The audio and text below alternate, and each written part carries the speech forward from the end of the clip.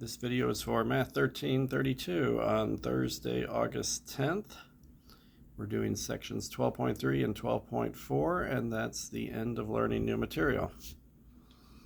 So 12.3 is kind of another side of what happened in 12.2. In 12.2, we did the measures of central tendency, the average or the middle of data. Another aspect of that is what 12.3 is about. This is called measures of dispersion, and we want to know, how does data spread out? So you got the center of the data, and then there's another concept, how it spreads out. And just like in center of data, there's three main measurements of average: mean, median, and mode. We also have mid-range, but the three most common ones are mean, median, and mode. There's also three common measures of dispersion or spread, and two of them are very easy. One of them isn't hard, but it just takes a while. There's a number of steps to do for it. So the first of the three is called range. If you're doing the center of data, then you're worried about the mean, the median, and the mode.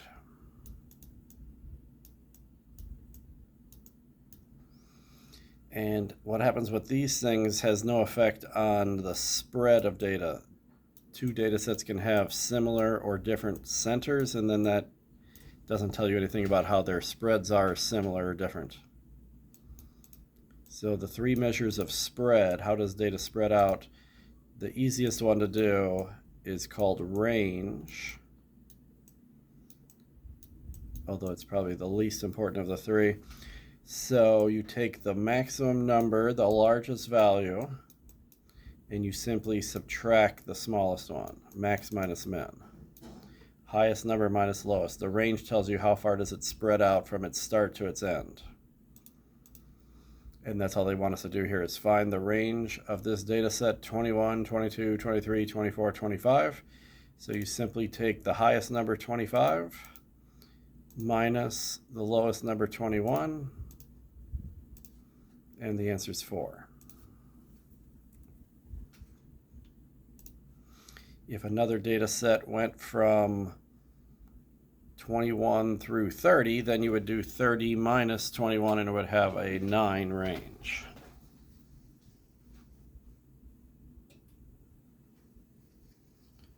So it's pretty easy to calculate, and then you can compare different ones. Like one could be twice as big as the second one in its range.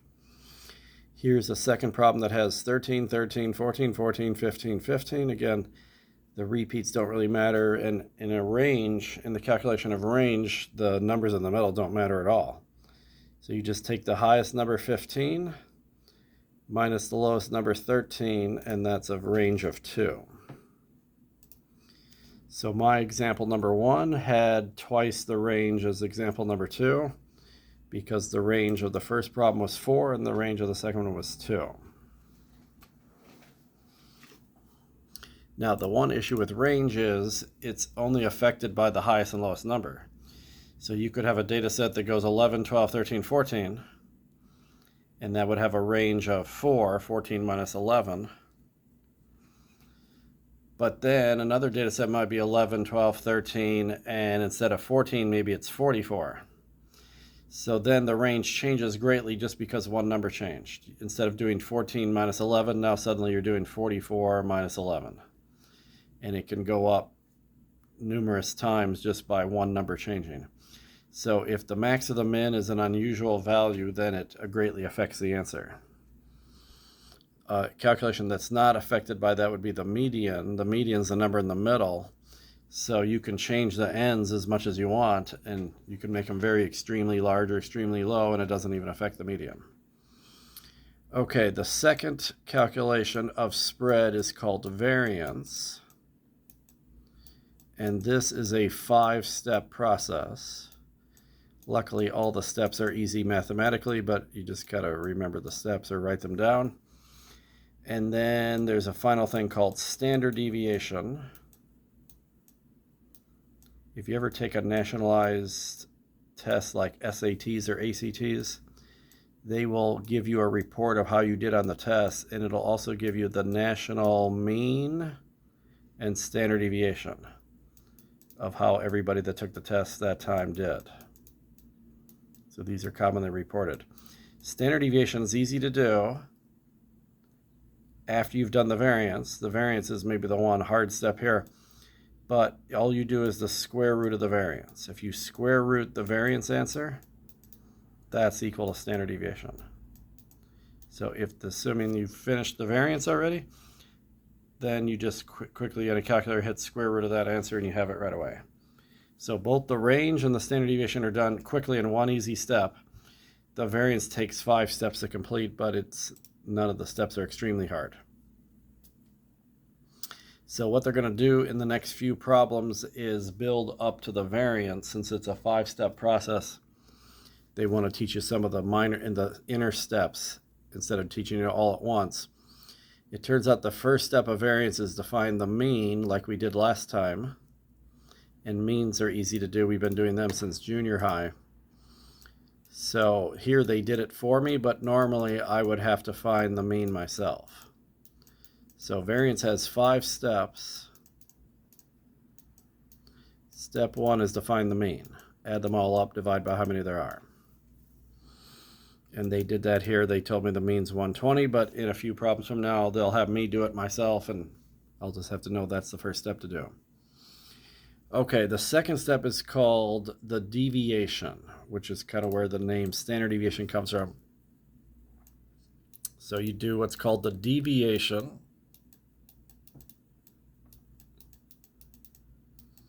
This is simply each given number, each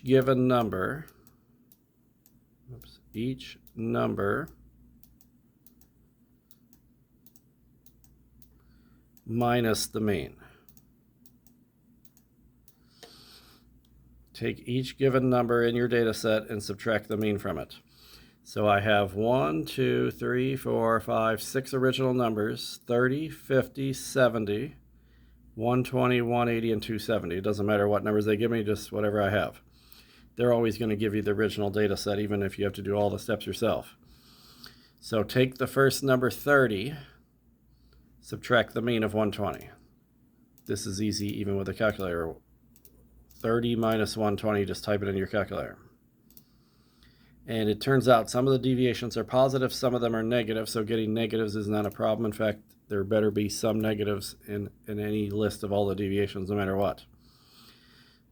So the first deviation is negative 90. Then I go to the second number, 50. 50 minus the mean of 120. That one's negative 70.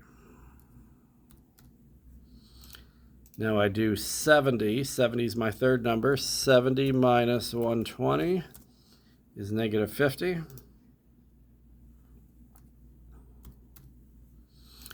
Now here's an easy one. 120 is the fourth number minus the mean of 120. That's 0. Anything minus itself is 0.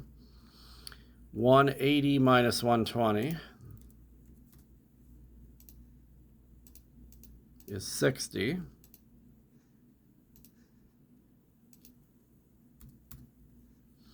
And finally, 270. 270 minus 120. All 6 of them had minus 120. That's 150. So whenever you do this, however many numbers are given to you, some of them are going to be negative, some of them are going to be positive. It's possible to get a 0 in there or 2. But one final thing that's true is what's going to happen here on part B. If you're calculating variance, you don't have to do part B, but it's actually a good double check to make sure you haven't messed up to this point.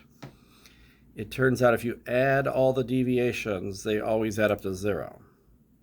What's the sum of the deviations? Well, it better be 0 because that's the rule, but you should double check that yours actually adds up to that. So if I take all 6 of these answers, negative 90 plus negative 70 plus negative 50. In my calculator, I have to type the 50 and then hit the plus minus button to make it negative. Plus 0, plus 60, plus this 150. This better be 0 or something's wrong at this point. So that's a good double check, is make sure that adds up to 0 before you go on to step 3. The sum of all the step 2 answers better be 0 or you definitely did something wrong. So we really only learned the second step of the 5 steps here, although you already know the first, how to do the first step. The first step is find the mean. They were nice enough to do it for me here, but even if they didn't, I could quickly do that. But you've only learned step 1 and 2 so far. Okay, so now it says part A, find the mean, that's step 1. Part B, the deviation from the mean, that's step 2. And then the sum of the deviations isn't really one of the steps, but it's a good double check. So really, problem number 4 is just like 3, except they're not doing the mean for me. So I have to find the mean myself, take the 5 given numbers here, 60 plus 80 plus 70 plus 60 plus 90. And there's 5 numbers, so we divide by 5. 72 is the mean.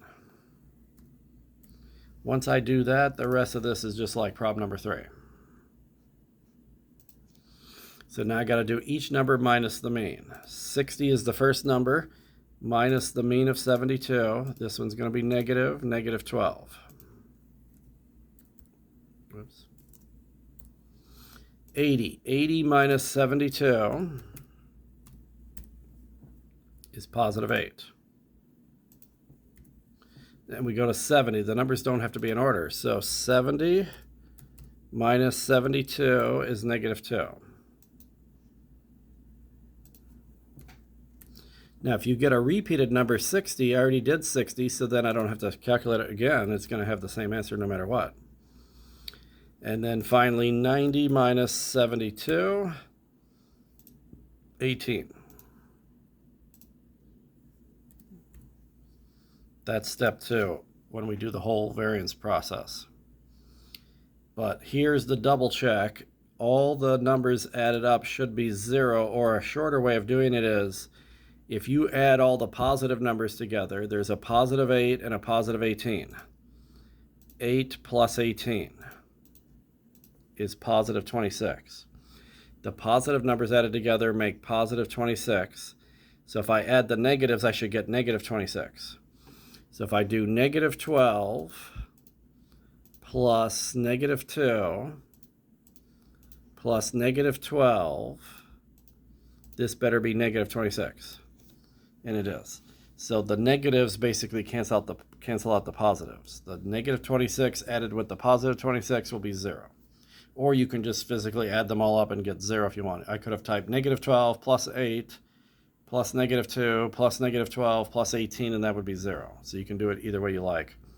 I like to add the positives, then add the negatives and make sure they're both the same, and then I know it adds up to 0. And in the homework, if you get part B right and you know that part C has to have an answer of 0, some people are just going to put that in and not even double check it because the homework already told me that part B was right. But when you're taking a test, you're not going to know if you made a minor mistake, so that's a good way to double check yourself to make sure that you didn't make any mistakes at that point. Because if you have mistakes in step 1 or step 2 or step 3, then you're never going to get to the right answer. So that's nice how you can always double check that step 2 is correct before you move on to step 3. Okay, so it's a little strange. They're only teaching step 2 separately, and now they want me to do all 5, in essence 6 steps of the process. So let me show you the whole thing now on problem number 5. Problem number 5 gives me a data set of 13 through 17. 13, 14, 15, 16, and 17. So we've already learned the first 2 steps. Step 1 is find the mean. That we've been doing since junior high. Let me label this step 1. So I need to do 13 plus 14 plus 15 plus 16 plus 17, and then I'm going to divide by 5 because there's 5 numbers here. 13 plus 14 plus 15 plus 16 plus 17. Don't forget to press equals. Then divide by 5. The mean is 15. And notice that's halfway in between 13 and 17 too. Not that it always is halfway, but the data's evenly spread out, so then it turns out it's in the middle. So if your data is symmetrical, then the mean and the median turn out to be the same thing, but usually they're not symmetrical. Okay, you know how to do step 2, and here's how I abbreviate this. I write x minus the mean, because x just stands for any given number in my data set. Whatever, I don't know what number I'm going to do next until I look at it. So I just call them x. X is just grab any random number in the data set. 13. It turns out you don't even need to do them in order either, so I can do them in order. It's not a big deal, but 13 minus 15 is negative 2. Then go to the next number, 14. 14 minus 15 is negative 1. Third number is 15. 15 minus 15 is 0. 16 minus 15 is positive 1. 17 minus 15 is positive 2.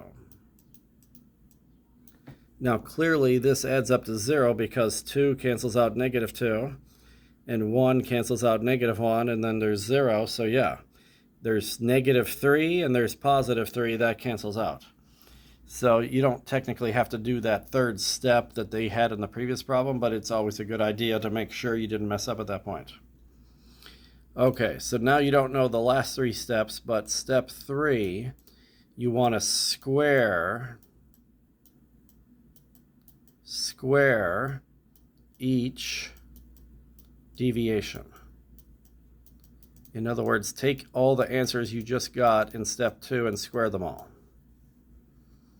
So I make a column for this. Step 3, x minus the mean, that's the deviations. X minus the mean, that's what we did in step 2, and then you just square them. So I need to take negative 2 and square it, negative 1 and square it, 0 squared, 1 squared, and 2 squared. So all of these are easy, especially with a calculator. It's just this whole process takes a while because there's 5 steps. We're only on step 3. 2 squared is 4 because 2 squared means 2 times 2. 1 squared is 1 because 1 times 1 is 1. 0 squared is 0 because 0 times 0 is 0. Now you got to be careful on these negative ones. Negative 1 squared literally means negative 1 times negative 1. And a negative times a negative is positive. Anything squared is positive. Negative 1 squared is actually positive 1, and negative 2 squared is actually positive 4. Be careful about typing those in calculators. Calculators sometimes take you literally, and you can get the wrong answer because it's literally doing what you're telling it and not what you want it to do. If you type 2 negative and hit the squared button, that got it correctly, 4. But you got to be careful. Some calculators, because I have another calculator, if I type this calculator, I have to type the number first. So I have to type the number 1, then I have to hit the negative, so that corrects it, and then if I square it, it comes out correctly positive. But I've seen some calculators where you type the negative first, then the number, and if you hit the square, it tells you the answer is negative. Because actually in math, there's a difference between negative 2 altogether squared versus negative 2 squared without the parenthesis. In math, there's a difference here. This is positive 4 and this is negative 4. There are times where we want the opposite of a square. So some calculators can handle both of these and give you 2 different answers. But keep in mind that this list right here, when you're doing variance and standard deviation, this list should be all positive no matter what. There should never be a negative in this list.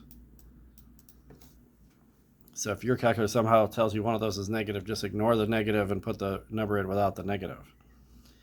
So here's the issue. Here's why we're doing this. When you do step 2, the negatives always cancel the positives no matter what. And if you just add that up, it's always 0. Anytime we add this up, it's 0. Well, the first person who did this calculation about 100 years ago, that didn't make sense to them. They know that there's some spread to these numbers.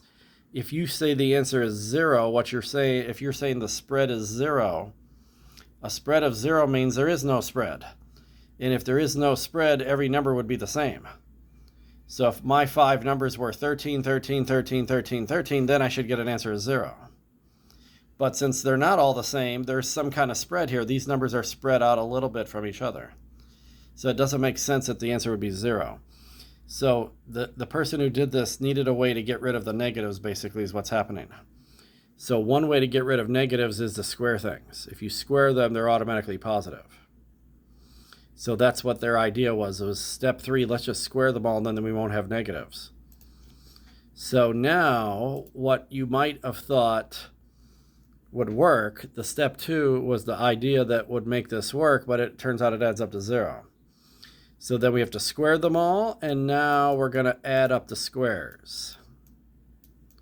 Add the squares. Because this definitely will not be 0. Since the squares are either 0 or positive, there's no way they're going to add up to 0. So if I add this up now, 4 plus 1 plus 0 plus 1 plus 4, that's 10. 4 plus 1 plus 0 plus 1 plus 4, that's 10. That's the 4th step. The 4th step is to sum them all up. Just add this up, put a plus here, and add them all up. And in essence, the 4th step is like this right here. Remember how we added these all up? So there's one more step to go if you want to get the variance answer. And then, in essence, the standard deviation, it's in essence the 6th step of the process. Even though it's its own answer, it's really the 6th step of this process. You can't get the standard deviation without doing these other 5 steps, really. So if you want to consider that the 6th step, that's fine. So, but that's an easy step. You just do the square root of the variance. So I'm one step away from getting the variance, and then if I square root it, then I'll have the standard deviation answer. Some problems ask you to give them the variance and the standard deviation. They might ask for both of those, but here they're only asking for standard deviation. I just can't do it unless I do the variance first. Now here's the only strange part. Remember how we did the mean? We added all these numbers up right here. That's in essence where I'm at right now. So I've got 10 for the numerator. The sum is 10. And then remember how we divided by 5 here? We divided by 5 because there were 5 numbers in the original data set. So logically, you would probably think I should divide this by 5. Turns out you divide by 1 less than you divided the mean by. And 10 divided by 4, not divided by 5, divided by 4, always 1 less. If you have 10 numbers, then you're going to divide by 9 at that point. So if they were to ask for the variance, this would be the answer. The answer to the variance is 2.5. So the standard deviation is the square root of 2.5. And most calculators have a square root button. You just press that. And it's a long, messy decimal usually, so I got to see where they want it rounded to. Round to 2 decimal places. So 1.58, or well, just like I see, 1.58, or you might have to add 1 to make it 1.59. The answer is either 1.58 or 1.59. The next digit, the 3rd decimal place, is a 1, so I don't have to add anything, just leave it 1.58.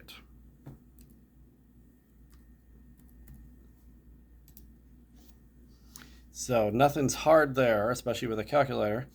The two things are, there's 5 steps just to get to the variance. And then the weird thing is you divide by 1 less than how many numbers are given to you in the 5th step. Same problem, except now there's 1, 2, 3, 4, 5, 6 original numbers. Instead of 5, this one's got 6. So they give me a 10, 4 12s, and a 14.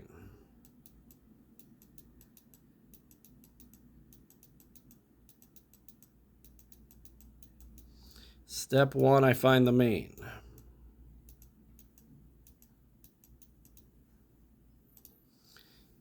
10 plus 12 plus 12 plus 12 plus 12 plus 14. The sum of the original numbers is 72.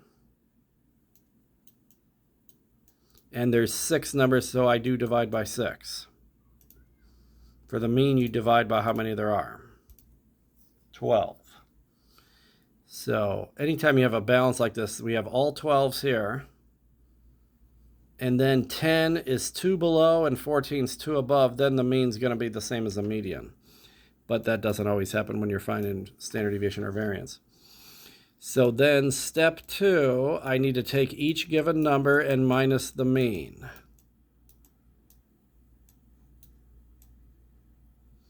So I got to take the first number 10. 10 minus 12 is negative 2. Then here's what's really nice about this. I have 4 straight 12s, and 12 minus 12 is 0. So I'm going to get 4 zeros here. Anytime there's repeats, you don't have to do them again. You just get the same answer. Finally, there'll be a 14 minus 12 at the end. That'll be positive 2. Notice that negative 2 cancels positive 2. Everything else is 0. So yeah, this is going to add up to 0 as always. Double check. Take each of these subtractions and square them all. Negative 2 squared is actually positive 4, not negative 4. 0 squared is 0, and I'll get that 4 times. And then 2 squared is 4.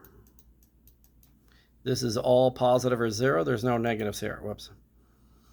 If I add this up, the sum of the squares is 4 plus 4, 8.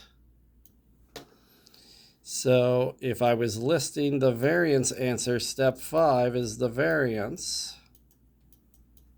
You take this 8 sum that you just got, and strangely you divide by 5, not 6. It would be more logical if you divided by 6, but you divide by 5.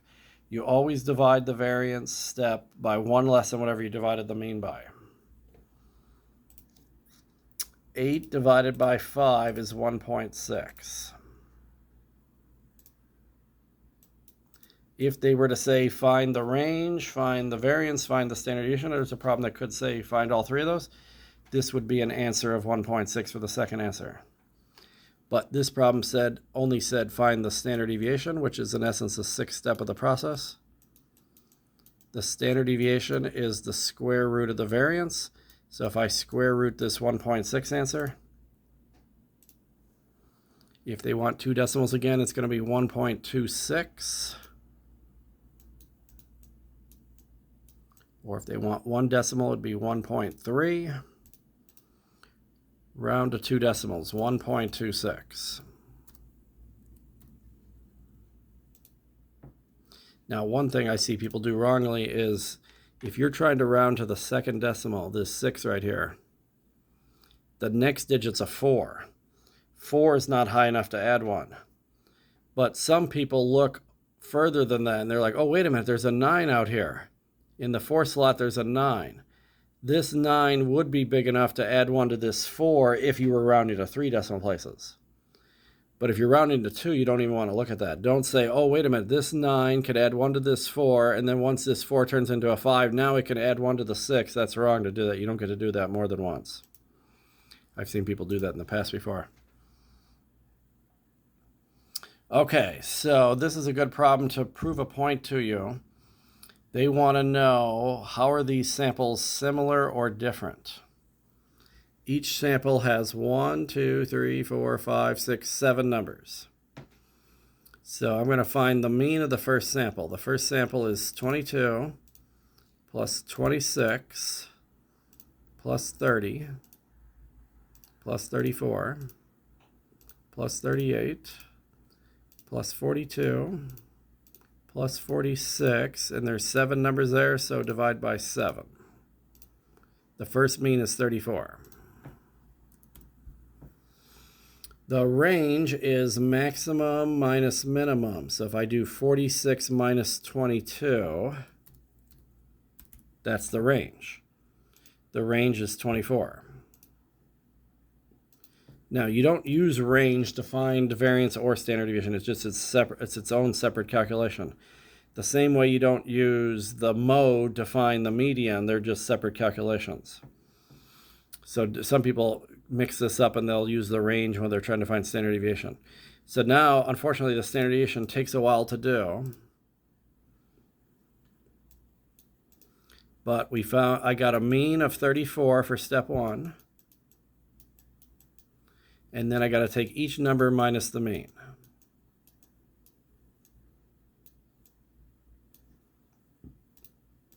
So first we have 22. 22 minus 34, the first subtraction is negative 12. I'm just going to put the answers down instead of writing out what I'm doing. The next number was 26. 26 minus 34 is negative 8. Now, another thing, if you have to do this for a while, I can do all those subtractions first and then go back and square them all. But here's a nice shortcut. Let me go back to the one I did first. The first one was 22 minus 34. You're going to have to square this eventually. So rather than doing all the subtractions, then coming back and retyping negative 12 squared, I can just hit squared right now. Hit the squared button. Negative 12 squared is 144. So it turns out negative 8 squared is 64. But watch, I'm going to do, since this is going to take so long, I'm going to do each one, step 2 and step 3 at the same time. The next number for me is 30. So if I do 30 minus 34, that's negative 4 for the subtraction step 2 part. But now I can just hit the squared button immediately and get positive 16 for the step 3. That'll speed this up a little bit at least. The next number is 34. 34 minus 34 is obviously 0, and then 0 squared is 0. That one at least was easy. The next number is 38. 38 minus 34 is 4, and maybe you know 4 squared is 16.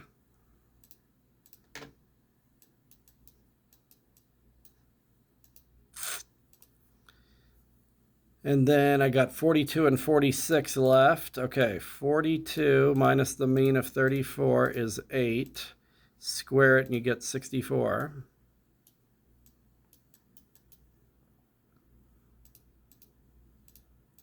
And 46 is the last one. 46 minus 34 is 12. Squared is 144. And see, the negative 12 cancels the positive 12, the negative 8 and positive 8, the negative 4 and 4. Yeah, this definitely adds up to 0. But this one should not add up to 0.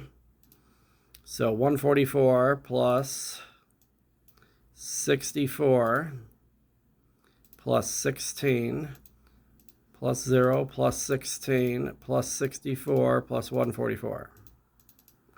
This adds up to 448.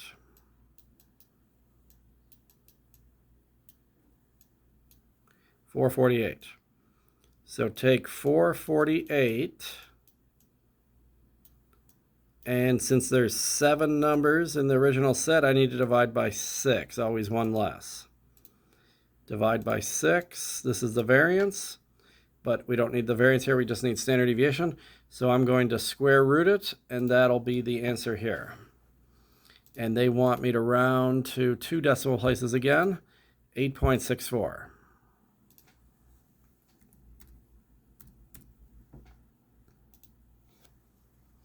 That was one of 3 parts basically for this. Now notice the next data set's similar. It starts at 22 and ends at 46. It has a 34 in the middle. But these two numbers, 24 and 26, are different than 26 and 30. 42 and 44 are different than 38 and 42. So it turns out on these other 2 parts, the mean and the range stay the same every single time. They intentionally made 3 different data sets that have the same mean and the same range. And the point of this problem is that they all have different standard deviations, slightly different. So the good news is I don't have to change too much in doing those. I'm just going to have to change 4 values. The first one, the middle one, and the last one are not going to change. So instead of 26, I would have had 24 here. This is going to turn into negative 10 this time, because 24 minus 34 is negative 10. So that means this should be positive 10, because they're making this balanced. And then if I do 26 minus 34, that's the 8. So this will be negative 8 and positive 8. Those are the ones that are changing. So negative 10 squared is 100, and so is positive 10. 8 squared is 64. Now, if you can't do it this fast, then just start all over again and do the thing slowly. There won't be a problem this long on the test, but this is just a good point to show you. So if I add all this up,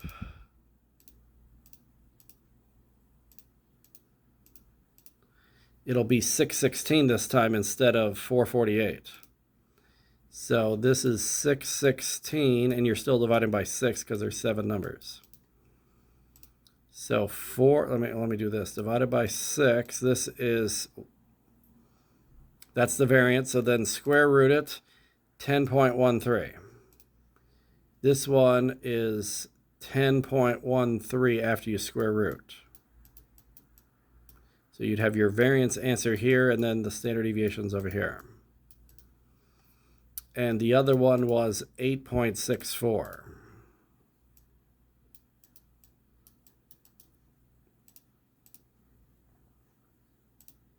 $10.13.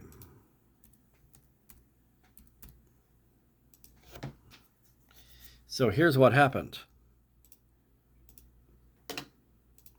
We had, the original data had 22, 26, 30, 34, 38, 42, and 46.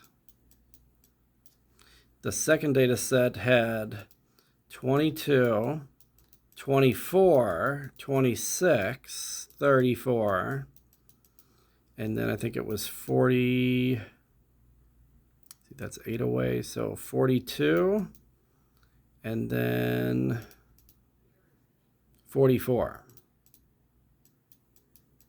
and 46. So there's a little more spread to the second data set because they have the same mean,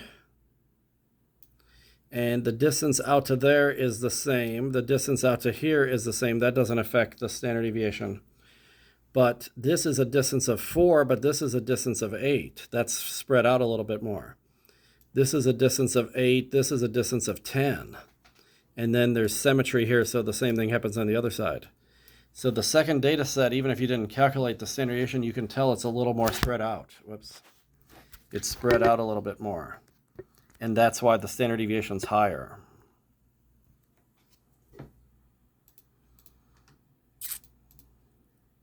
So then the third one's going to have the same thing, 34 and 24. And then this should be a little higher even more because there's a double 22 here and a double 46. So really what's happening is this first answer that you got, this negative 12, all 3 of these would be negative 12. And then this positive 12, all 3 of these would be positive 12. So that would mean you would have 144 6 times. It would be here, here, here, here, here, and here. So I can quickly do this one and see that it's 144 times 6. That would be the sum, 864. The third one should be 864 divided by 6. That's the variance. And then if you square root it, you get 12 for the standard deviation. And see, that is the largest one. So that's the point they're making here, is that most of these data sets are the same. They have the same beginning, the same end, and the same middle. But then a little to the left of the middle, a little to the right of the middle, there's a little bit of a differences going on. In sample A, the numbers are closer to the mean. In sample B, those four numbers close to the middle are getting a little further away, and then in sample C, they get even a little further away again. That's how the point of this problem, even though it takes an extremely long time to do this problem if you actually worked it all the way out slowly, the point of this is that should help you understand what standard deviation is a little bit better. So if you're in which of the ways are the samples alike? They're the same in their mean and their range, but they're different in their standard deviation, or their variance too, but it's not asking for that. So that's why this is such a good problem to understand what standard deviation is. If you have a data set that's like 1, 3, 5, 7, and 9, it's all about how do you spread away from this 5. This is 2 away and this is 4 away. This is 2 away, this is 4 away. So if I keep the 1, the 5, and the 9, but say I take the 3 and change that to a 2, the 2 is now farther away from the 5 than the 3 was. And if I change the 7 to an 8, same deal. This is 2 away, this is 2 away, but now it's 3 away and 3 away. That's what makes the standard deviation get a little larger. Or if I change the 3 to a 4 and the 7 to a 6, but keep everything else the same, now these two numbers are only 1 away from the middle. Then the standard deviation gets smaller than the original one. This is exactly the point they're making on problem number 7. Okay, number 8, describe how to find the range. The range is just the highest minus the lowest. Finding the difference between the highest and lowest, C. That's the easy one. 9, describe how the standard deviation is computed. Okay, it's really 6 steps. So you got to find the mean, then do the deviations. One thing I'm looking for is this n minus 1. See this n minus 1 here? That's why you divide in the 5th step, you divide by 1 less than how many numbers there are. So this must be either answer B or C. What's the difference here? Standard deviation is found by finding the deviation from each data item from the mean, yes. Finding the mean of those deviations, no. You're summing the squares of the deviations, yes. Then you divide by n minus 1. N is the number of data sets. And then you take the square root. Yeah, this is C. So you find the deviations. That's step 2, where you do each number minus the mean. Then you sum the squares of those deviations. This little phrase is describing step 3 and step 4 at the same time. Sum the squares of the deviations. You don't find the mean of the deviations. You only find the mean as the first step. You don't do it again in the middle of the problem. And number 10, if a set of test scores has a standard deviation of 0, what does this mean about the score? See, I mentioned this already. The only way the spread should be 0 is if every number is the same. So if you have a whole class and everybody got the same exact score, that would be the only way to have a standard deviation of 0. So it means that the scores have the same spread. No, the mean. It means that the mean of the scores is exactly in the middle. It means the scores are all the same value, yes. All the scores would have to be the exact same value. And then they're not spread out from each other, so there's no spread, and that's how the standard deviation would be 0. So at least the last 3 problems go real quick. They're just definition questions. But question number 7, definitely that's a really long problem if you work the whole thing out. But it might be worth your while to do that, because then you'll become an expert at calculating standard deviation, and you'll find it easy on the test. And apparently they don't have any problems here where they ask for the variance as an answer. I know in my 1342 class, they'll have problems where they'll say, what's the range, what's the variance, and what's the standard deviation, all in the same problem. But in here, all they had were, what are the standard deviation? You really can't do the standard deviation without the variance, but here they're not asking you to tell them what the variance is ever for an answer. Okay, magic word of the day. We are halfway done with this video, and this is for Thursday, August 10th. So let's keep our same theme of this week, traveling around, and this magic word will be Milwaukee. Okay, so we're now going to finish our final section of the course. Section 12.4 is something called the normal distribution. It's a big part of statistics, and the nice thing about it for you guys is it uses both the mean and the standard deviation at the same time, the last two sections we learned. It turns out a lot of things in nature and a lot of human measurements fit on what's called a normal curve, which is a bell-shaped curve. And because the bell-shaped curve is symmetrical, the mean and the median are exactly in the middle. Usually the median's in the middle, but the mean is always the same as the median whenever you have symmetrical data. We don't really care about the median in this section, but it is true that the median is in the middle too. And then we're going to go out a certain distance each way, and that's going to be a standard deviation distance, the spread of it.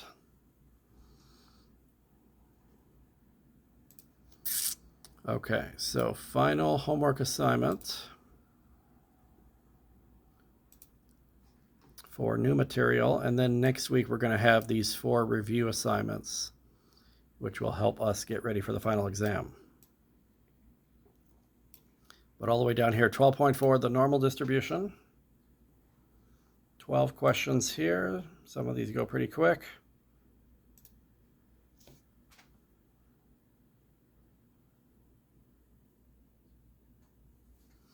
Okay, so it says the scores on a test are normally distributed. They literally said it's normally. They basically have to tell you that at this point. It's normally distributed with a mean of 30 and a standard deviation of 6. So as soon as I hear that, what I like to do is make a graph of that. The mean is 30. The standard deviation is 6. These two concepts we just learned in the last 2 sections. Make a number line and put the mean in the middle. Even though that's normally the median in the middle, here the mean and the median are both the same. And then take this standard deviation of 6, and all you're going to do is add that over and over again. 30 plus 6 is 36. Plus 6 is 42. Plus 6 is 48, and basically 3 times should be enough. So 30 plus 6 plus 6 plus 6. Then you go back to the 30, and now you subtract 6 3 times. 30 minus 6 is 24. Minus 6 is 18. Minus 6 is 12.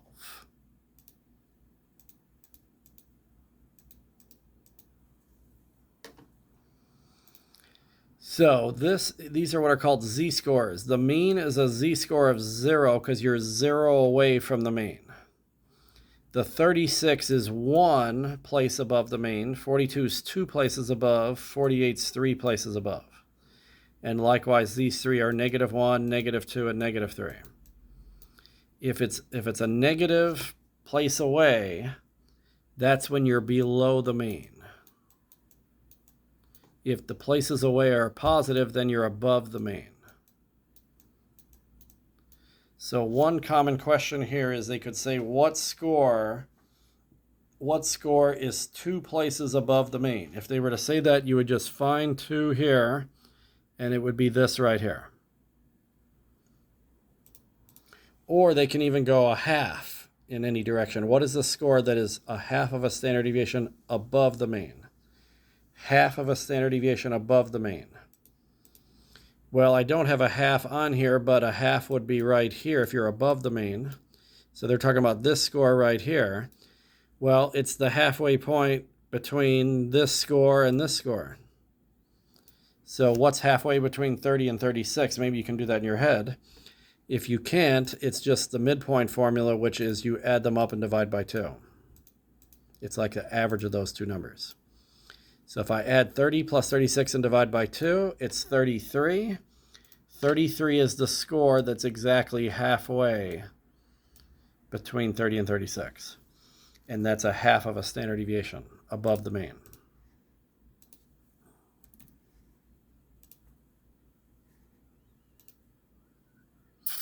The only downside here to this section is every time you do a new problem, they give you a different mean and a different standard deviation. So then you got to start all over again and redraw your number line. But now they tell me the scores are normally distributed with a mean of 200 and a standard deviation of 10. So what I always do is I make the number line 3 places each way. You might not need all of that, but at least then you're ready for anything they could throw at you. In my statistics class, they'll give problems like this, and they'll ask like a part A, part B, part C, and that way you get to keep the same mean and standard deviation for all 3 parts. And then it helps to draw the number line ahead of time just so you don't have to recalculate in the middle of the problem. So the mean is 200, add 10, add 10, add 10, 3 times. You can always stop at 3. So this is 1, 2, and 3. And this is, of course, 0. So go back to 200 minus 10. It's nice if they give us nice round numbers like this. Minus 10, minus 10. That's -1, -2, and -3. If they ask for 1 place above the mean, 2 places above the mean, 3 above the mean, or 1 below, 2 below, or 3 below, then my answers are right there somewhere. And if they ask for something and a half, then I can just go between 2 of them. They want the score that's 2.5 above the mean. It could have been 2.5 below the mean, but this one says 2.5 above the mean. 2.5 is between 2 and 3, halfway between 2 and 3. So I just need what score is exactly halfway between 220 and 230. And if you can't do it in your head, add them up and divide by 2. 220 plus 230 divided by 2 is 225. Halfway between 20 and 30 is 25. So 225 is the answer. And if you can get these right without drawing the whole number line because they're only asking for one particular value at a time, that's fine. You don't have to do that. But again, some problems I've seen where they have part A, part B, they could have part A is 2.5 above, and then there could be a part B where they say, give me one that's 1.5 below. Then it just helps to have the number line so you don't have to start all over again. Okay, number 3, the test scores are normally distributed, a mean of 110, standard deviation of 22. There's a mean of 110 and a standard deviation of 22. This makes it a little more challenging to make the number line because these are not nice round numbers. But put the 110 in the middle. That's when you're 0 away. 1, 2, 3, 1, 2, 3. Now this could help if you have a scientific calculator. If you type 110 plus 22 and press equals 132, that's positive 1. It turns out if you press the equals button again, it'll add 22 again without you having to type plus 22. So if I just hit equals, there's plus 22. 154. Press equals again, 176. That's 3. Then I can type 110 minus 22, 88. And if I just hit equals, it'll subtract 22 again. Press equals, it'll do it again. So this can make it real easy to draw these number lines every time. And this problem's easier than the first 2 because it's not even asking for a half value. It wants to know what score is 3 standard deviations below the mean. Make sure you watch for above or below. 3 below the mean. 3 below the mean's -3. It's right there. I don't have to average anything. It's literally this 44 right here. That's why I like to make the number line. If they ask for -3, -2, -1, 1, 2, or 3, I can just look it up on my number line. The answer is 44.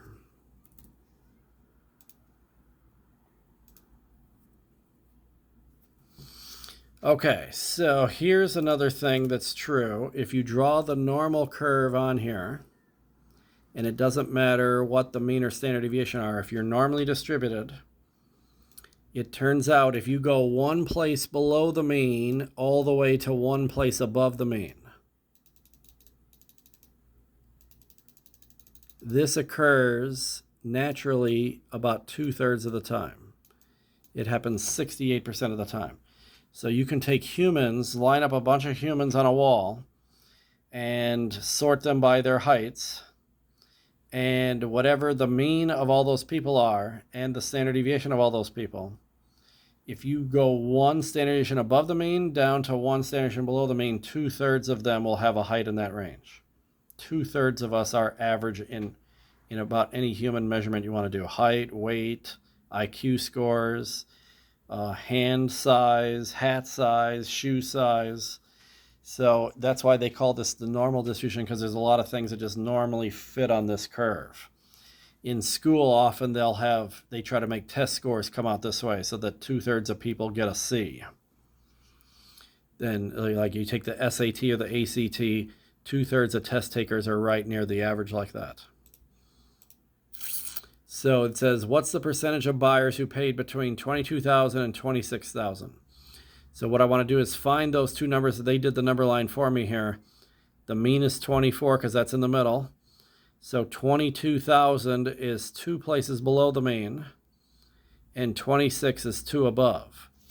So if you're both 2 below and 2 above, then the answer is one of these three percentages. If you're one place either way, it turns out that's 68. If you're 2 places either way, that's 95. So this is 95. And if you go 3 places either way and you're between those two, then that happens 99.7% of the time.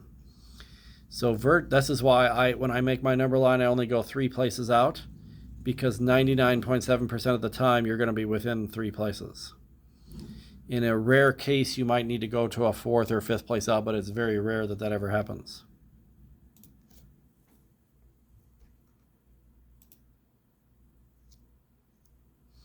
Okay, so the percentage of buyers between 18 and 24. So I need to check on the number line where those are. 18 is -3 below the mean, but the other number is not 3 above. If they would have said between 18 and 30, if they would have given me both 3 below and 3 above, then the answer would be 99.7. But they're not doing that. They're only going from -3 to the mean. Well, the good news is these normal curves are symmetrical, which means the left half mirrors the right half. So if you're trying to go between 18,000 and 24,000, you're really doing half of that 3 distance. So then you can take the 3 distance percentage and just cut it in half literally. So 99.7 would have been the answer if it would have went 3 below all the way to 3 above, but they're going 3 below just to the mean of 0. So I'm only doing half of the whole distance, so then I cut this in half. And it says type an exact answer, so they want the whole percentage, 49.85%. So that's also true. If I just go between 22 and 24, then I would take half of this 68 value. Okay, now here's a little different question. Find all the previous questions said between 2. It's easier if you get a between case, but they can ask for above or below too. Find the percentage of buyers who paid more than 27,000, which is right here. Okay, so here's what's going on. I got my mean in the middle, and then I'm going 1, 2, and 3 places. -1, -2, -3. Right here. So if you're between -1 and +1, that happens 68% of the time. If you're between -2 and +2, that's 95% of the time. And between -3 and +3, that's 99.7. So this is the kind of question you hope to get. You hope that they ask you between this and that, and it's both either the 1s or both of the 2s or both of the 3s, then the answer is one of these 3 percentages. Or you hope to get a 1, 2, 3, or a -1, -2, -3, and go from there back to the mean. Then it's half of these answers. But what they want is they want above the 3 level. This question is saying, what's the percentage of buyers who paid more than 27,000? More. And 27 is the 3rd place above the mean. So they want this out here. the really rare case of occurrence. Well, there's only 100% to work with. So if you ever want an outside region like this, what I do is 100 minus whatever that, where this line's drawn, whatever that percentage would have been. So 100 minus 99.7 is 0.3. So since we know, let me draw this, the whole situation here. Since we know that if we're at 3 and negative 3, if we're between those two, that happens 99.7% of the time. So 100 minus the between part, this represents the right tail and the left tail combined. If there's 99.7 in the middle, then there's 0.3 not in the middle. And there's some questions where they'll ask for both the above and the below, then the answer would be 0.3%. But we only want the above, and since we only want 1/2 of the two outside sections, and this is a symmetrical graph, then you can cut this in half. So this would be 0.15%.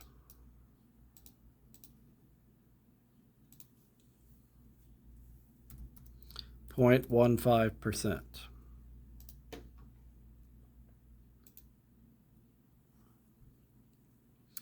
Okay, scores on the GRE, the Graduate Record Exam. That's what you take if you want to get into graduate school. Scores on this exam are normally distributed with a mean of 531 and a standard deviation of 85. See, as soon as I read that, I don't even read the rest of the question yet. I'm going to do my number line before I read the question so I have any possible number I need to work with. The mean is 531. The standard deviation is 85.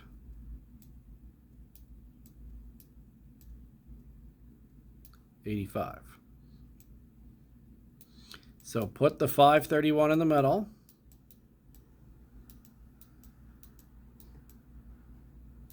And go 3 places to the right and 3 to the left.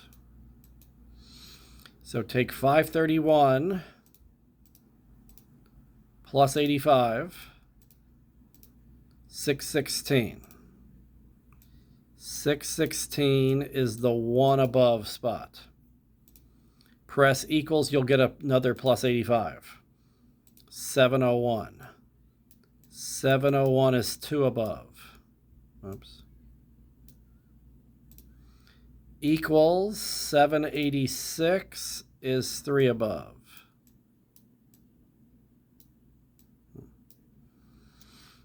Okay, go back to 531 minus 85. 446 is the -1 spot. Press equals. 361 is the -2 spot. Press equals. 276 is the -3 spot. Now I'm going to read the question, and I'm hoping that they ask me between the 1s or the 2s or the 3s. That would be the easiest case.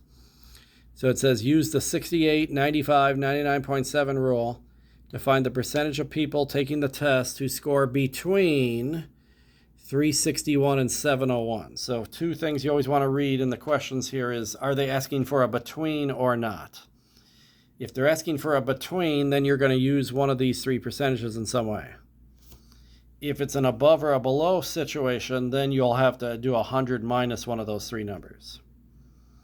But this one's a between. So I need to find 361 and 701 on my number line. That's why I do the number line first. So I'm going to find 361 and 701 on my number line. 361 is at the -2 spot, and 701 is at the +2. Now, they're never going to give you one that's at -2 and +3. You wouldn't be able to do that yet. So it's -2 and +2, or it's -1 and +1, or it's -3 and +3, or possibly it'll just go to the mean. If it goes from any one spot to the mean, then you do half of what it would have been. But I got literally from -2 to +2, that's 95%. Because I'm at both of the two levels. And you just go in order. That's the first answer, that's the second answer, that's the third answer. So I'm at the second answer, that's 95.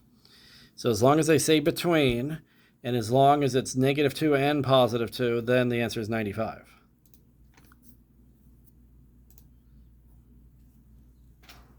So unfortunately, I got to start all over again, but at least they gave me an easier one to work with on number 8. The mean is 100. The mean is 100. The standard deviation is 16. I'm not even going to read the question yet. I'm going to make my number line. Here's 100.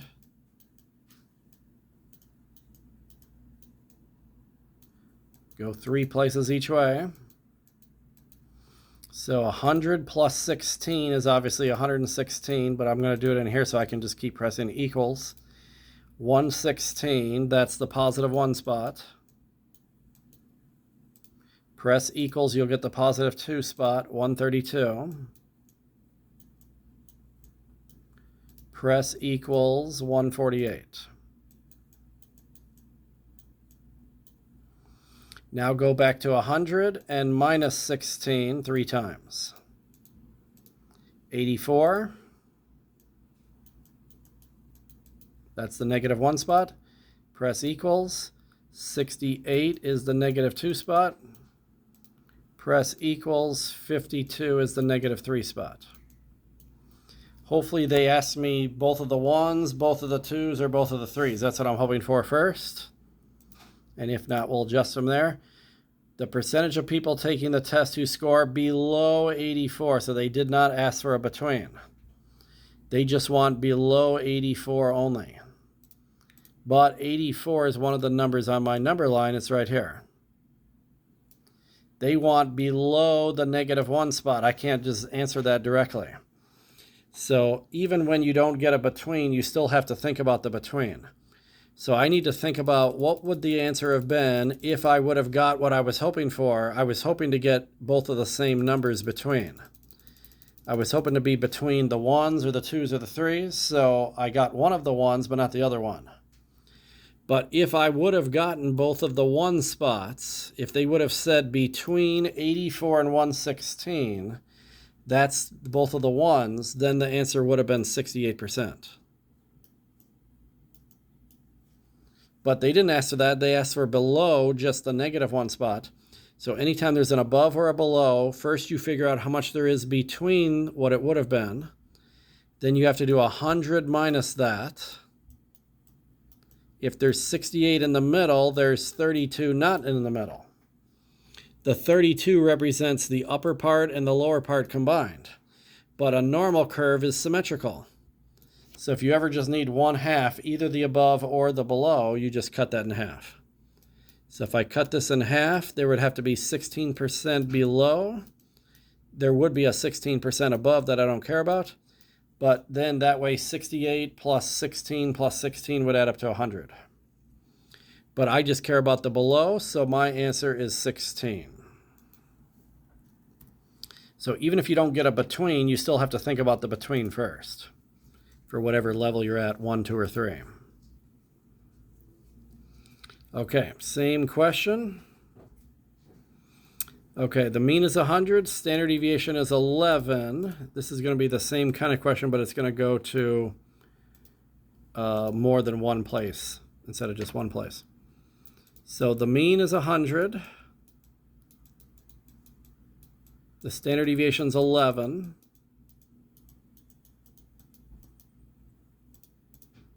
Okay, just wanted to double check before I drew the line. Okay, the mean is 100.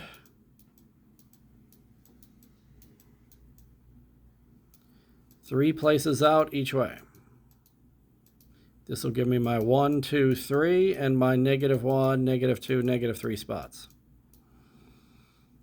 So 100 plus 11 is obviously 111.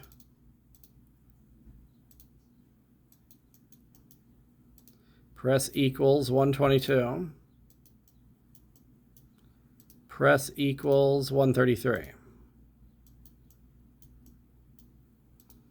Go back 100 minus 11 is 89.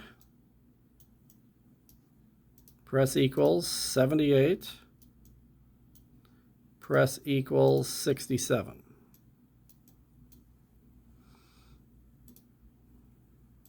They want to know what's the percentage of scores who are below 67. Below 67. 67's right here. So we're at the -3 level right now. We only want to go below the -3. Well, I got to think about the -3 and the +3 then. So whatever, if they just give you one score, you need the corresponding score on the other side. So ask yourself, how much is there between the -3 and the +3? That's one of the three percentages here. That's the third percentage, 99.7. Good thing is you wanted to memorize these because they're right in the question. So in my other class, they have to memorize these three numbers. So 99.7. There's 99.7 between 67 and 133 because both of those are 3 away from the mean. But they didn't ask for a between, they asked for an above or a below, they asked for just the below. It doesn't matter if they ask for above or below, once you know where you are. Do 100 minus what the between would have been, 0.3. And if it's just above or just below, one or the other, then you divide by 2. And apparently they're not doing any worse. I've seen problems where they want both the above and the below at the same time, then the answer would be 0.3. But instead, this will be 0.15. And if you do enough answers, you're going to see some answers that are the same.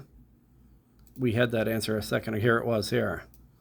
Because there's only these three percentages to work with. So all you have is 68, 95, 99.7. So you either get those answers or you do 100 minus them or you cut those in half. So there are some times if you do enough problems, you'll see the same answers happening over and over again. There really is just a limited number of answers that could happen. Okay, so next thing we can do is, on my number line, my -1, -2, -3, 1, 2, and 3. These are called z-scores. A z-score is how many places from the mean are you? Well, you can just calculate a z-score without making a number line, actually, if that's all you care about. So there's a z-score formula. You take whatever score or value you're working with, score or value, and here comes the previous two sections. You minus the mean and divide by the standard deviation. And in this section, they usually tell you both of those. Those two are given in the paragraph somewhere. And the score is given too. So it's just a matter of knowing this formula, write it down somewhere so you have it for the test. And then they just give you the three things right here. A set of data is normally distributed with a mean of 40. There's the mean of 40. So I'm going to put that right here. They clearly said the mean is 40. The standard deviation's 5, so that's down here. Convert 55. 55 is the score, whatever they're doing. They don't tell me what this problem's about. Maybe it's a test score. Maybe it's a measurement of some kind. Convert 55 to a z-score. That's the value or the score. So just like when you're doing averages, you need to subtract the top first, 55 minus 40, and press equals. Don't forget to press the equals right at that point. Then divide by 5. So this would be a z-score of 3, which is really the highest it gets to most of the time. And here's what's nice. Z-scores are very good for comparing things on different scales, like SAT scores versus ACT. SAT scores, you might get like a 900 on your SAT. ACT, you might get a 27. They're just graded on completely different scales. SATs are in 3 and 4 digit numbers. ACT are in 1 and 2 digit numbers. So if you took both the SAT and the ACT and you want to send the more impressive score off to a college to get accepted, it's not that the SAT score is always better just because it's bigger. It's just graded on a bigger scale. It may turn out that 27 is a better score than a 900, or they might be equal scores actually. The only way to tell is their z-scores. If this has a z-score of 1.5 and this has a z-score of 2, then this one's better because it has a higher z-score. It's further away from the mean when that occurs. Or if you know something has a 3 z-score on this scale, a 55 is a 3 z-score, but here a 133 is a 3 z-score. And here, a 148 is a 3 z-score. All of those are equivalent scores. Getting a 148 here is just as good as getting a 133 here, and it's just as good as getting a 55 here. If things on different scales have the same z-score, they're equivalent scores, and none of them are better than the rest. So that's why z-scores are very helpful. They can help you compare things that are on different scales.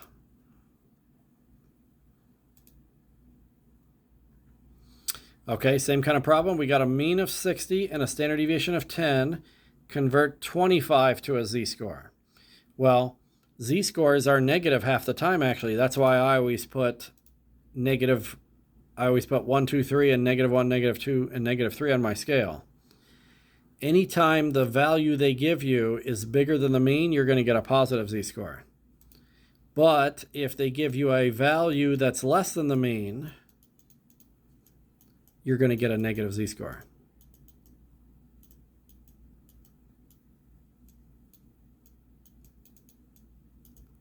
So in problem number 11, there's a mean of 60.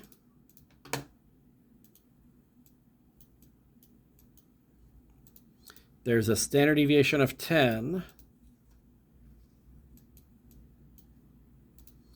And the score was a 25. Convert 25 to a z-score.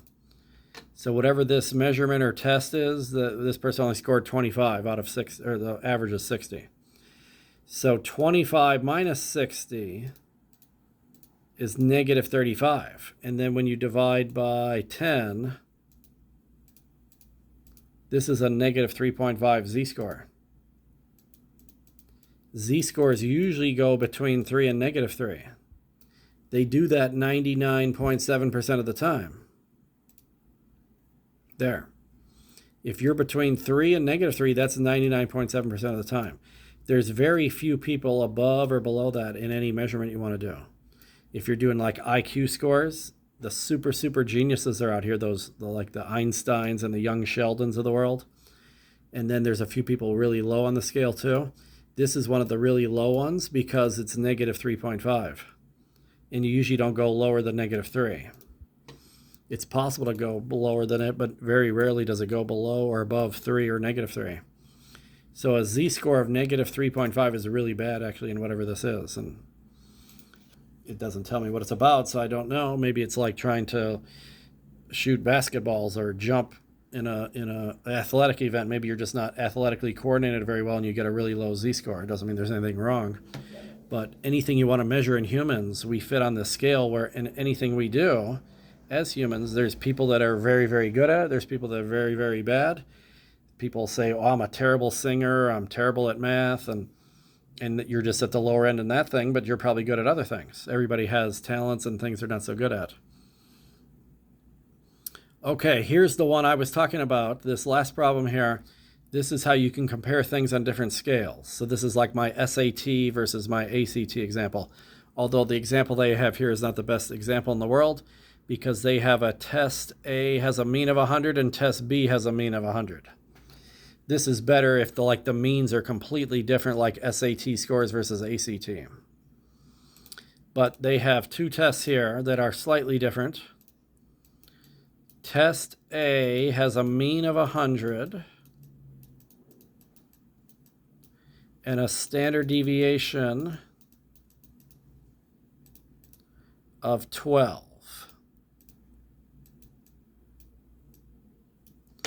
Test B also has a mean of 100. This would be a better problem if they changed that to something else, but you can still do it. And the standard deviation, at least that's different, 18. This is an IQ test of some kind. So somebody got 122 on the first kind of IQ test. So that's their score or value. They got a 122, which is higher than the mean, so they're above average. That's going to be a positive z-score. But then somebody else, or maybe the same person, took a different IQ test, and they got a 130 on that one. So which one's better? So whenever you're doing more than one of these, we put Z1 and Z2. So we know which one's which. Z1, the score was 122, the mean was 100, and the standard deviation's 12. So if I do 122 minus 100 and then divide by 12, and if it's a long decimal like this might be, then you can go one decimal if you want. But if you do one decimal and they're both 1.8, then you might need to look at the second decimal to see, are they really exactly the same or not? So 1.8 or 1.83, however you want to round that, 1.83. So the second IQ test, they got a 130, and the mean was still the same, but the standard deviation was different, so that can make the answer different. 130 minus 100, and now divide by 18, and this is a 1.666 or 1.67. This one's better. This one's relatively better is really what you're really saying. Which one's relatively better? It's relatively better to get this 122 than to get this 130. See, the bigger actual score is not always better. Just because 130 is bigger than 122 doesn't mean it's better. That's only if they have the same mean and the same standard deviation. Once either the mean or the standard deviation or both are different, then you can only compare them with z-scores. So the person who got 122 on test A, that was actually better because it has a higher z-score. Okay, so we now have 100 on section 12.4, and we have now completed all 8 assignments for week 4. And now you can do any of the homework assignments, really. I'm going to make videos for these reviews next week, but there's nothing in the reviews that we haven't covered already. So you could certainly work on them ahead of time if you want to. But this week you need to do 11.3, 11.4, 11.5, 11.6, 12.1, 12.2, 12.3, 12.4. Those 8 assignments. The last 8, they're all due August 12th, 11:59 p.m. That's this coming Saturday. And on Friday of this week, you'll see test 4 appear right here. And then you can take it one time either Friday or Saturday. So that is the end of learning new material, but I'll be back next week for 4 more videos to do the 4 reviews.